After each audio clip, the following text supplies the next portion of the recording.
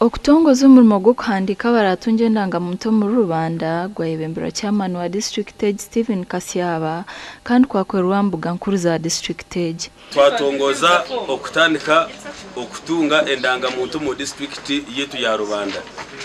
Abanya-Uganda, abanya-Rubanda mwena ndabashaba ogumurimo gwejumberemo akwa endangamuntu hati n'ikintu kikuru munonga mu ihanga.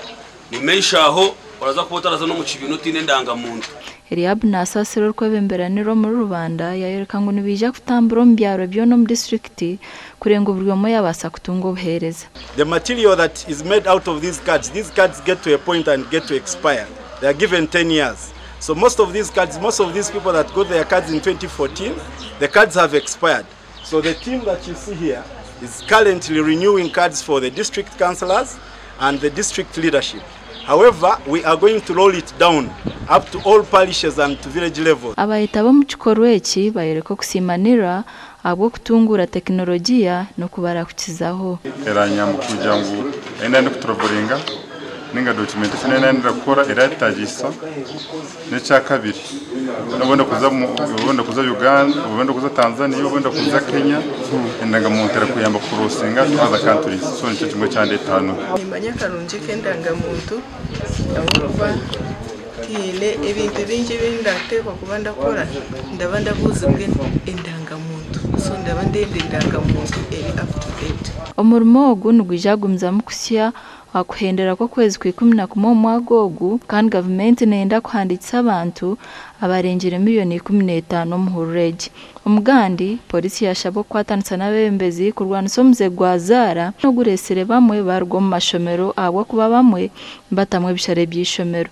Okushabo kwahebwe Dennis Mudene ngabirano urukwembera National Lotteries and Gaming Regulatory Board obiyaba nabwa no polisi ye cyanga cha Riz. Abakuzo betting shop says ningashiza duka za Zara baza mu bamakora imirimo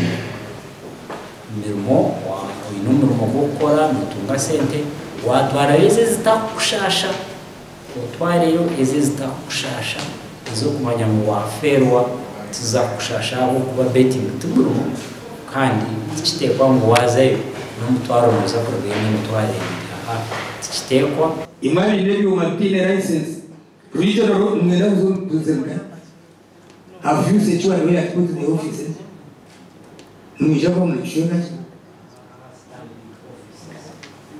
umtamu umstese tana opposite na Amazon mwabure opposite Amazon muzeye wabaye license kunga muticheza abana tuzane ibintu ebyo. Abantu bajyango mu mwaka gumwe bakwasire byo mabiru kurenga mu 15 ebiri kwese bomba henda biragero. Umwaka gumwe almost the machines 15 ezirimo Chinese slot machines, fish tables, spare parts ezikutaho mu ihanga abakozi kwesa batinda license. Underage students, mostly the school going students and those who are not going to school but they are still young. We are going to give enforcement to the enforcement team so that we can finish or we can reduce. Najangu nobwa amateka gatakwikiriza kutwara zaro myanya yo mbyaro bitu bingi bahenda amateka bazitwarayo kandi abakozi bakine bake kwatabaru kuhenda biragiro myanya irahari. Gambling aba betting machines companies should want to go mu towns, municipalities, not in villages. So of course in our office tushiri bake munonga ngati government tuhire manpower abantu tukora nabo konga tukiri bake.